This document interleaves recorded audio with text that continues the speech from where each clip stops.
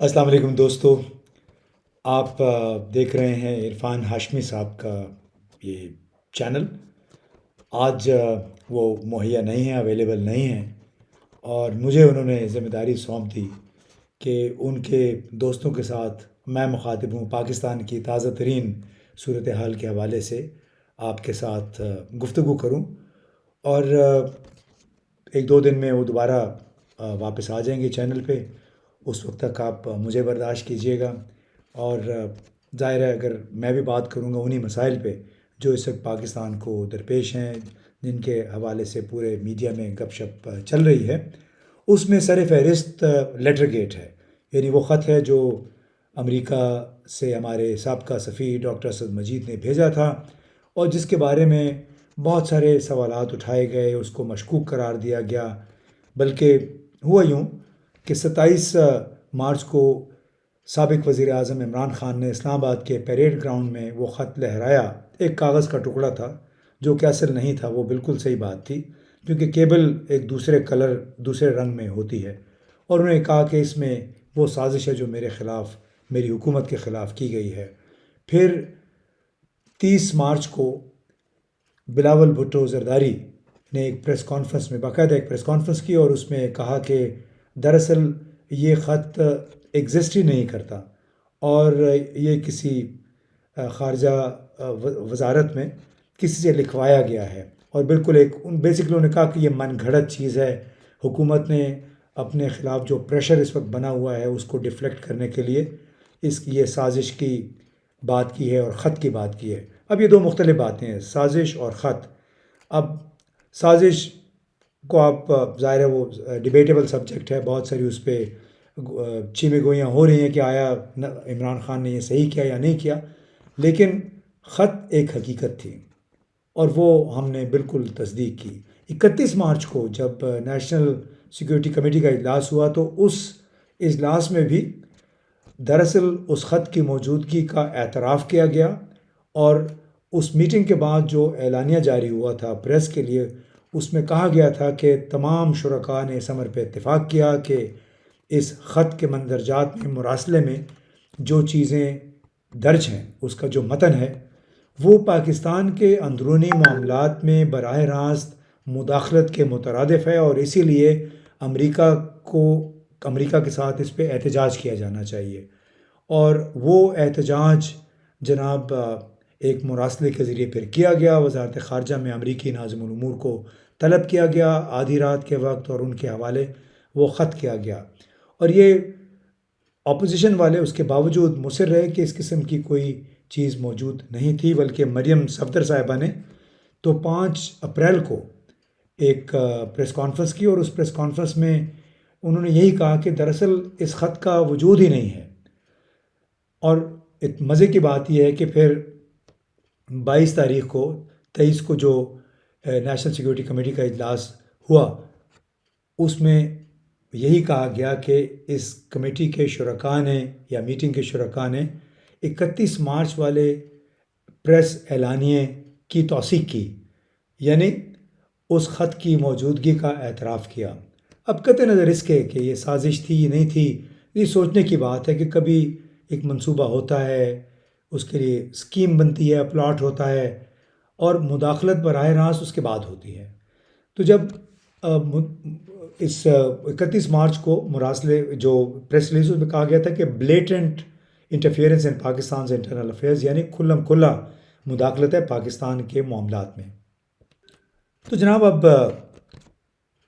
یہ خط کا وجود بھی ثابت ہو گیا، وزارت خارجہ کے افسران کے مطابق اس میں جو لب و لہجہ تھا جو ہمارے سفیر نے لکھ کے بھی بھیجا تھا وہ بھی صحیح ثابت ہوا۔ اب مسئلہ یہ ہے کہ کیا یہ معاملہ ختم ہوگا، کیا رانا ثناء اللہ جو وفاقی وزیر داخلہ ہیں اور ان کے اور ہم نوا اس معاملے کو اب یہیں پہ ریپ اپ کر دیں گے یا نہیں، یا یوں ہی راگ الاپتے رہیں گے کہ سازش نہیں تھی۔ جب اس قسم کی سفارتی میٹنگ میں ووٹ آف نو کانفیڈنس کی بات کی جائے، اور وہ بھی اس کے پاکستان میں جمع ہونے سے پہلے، تو اس میں پر کچھ نہ کچھ سازش کی بو تو آنی چاہیے۔ یہاں جو حکومت وقت ہے وہ اس کو سازش تو پھر قرار دے گی، اگر وہ حکومت وقت خاص طور پہ جب مشکلات میں، سیاسی مشکلات میں گھری ہوئی ہو۔ اب اس کے بعد ایک اور بڑا مسئلہ یہ ہے کہ عمران خان مسلسل پریشر بڑھانا چاہتے ہیں جلد انتخابات کے لیے۔ پشاور، کراچی، لاہور میں بڑے زبردست انہوں نے جلسے کیے، اور اب یہ کہا ہے کہ وہ اسلام آباد کی طرف مارچ کریں گے جلد از جلد انتخابات کے لیے۔ اور سوال اب یہ ہے کہ کیا محض جلسے جلوسوں سے، دھرنے دینے سے جلد انتخابات منعقد ہونے کا امکان ہے یا نہیں ہے؟ حکومت اور خاص طور پہ ملٹری اسٹیبلشمنٹ کیا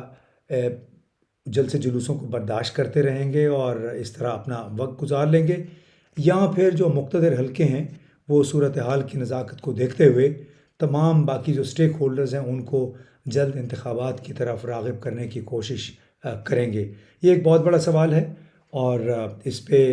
خود P T I, Pakistan Muslim league اور پیپلز پارٹی کے اندر بھی لوگ بٹے ہوئے ہیں کہ آیا جلد انتخابات ہونے چاہیے یا نہیں۔ زیادہ تر کی رائے یہی ہے کہ تازہ انتخابات ہوں تاکہ تازہ مینڈیٹ لے کے پھر اگلے 5 سال تک کے لیے سکون کے ساتھ حکومت کی جا سکے۔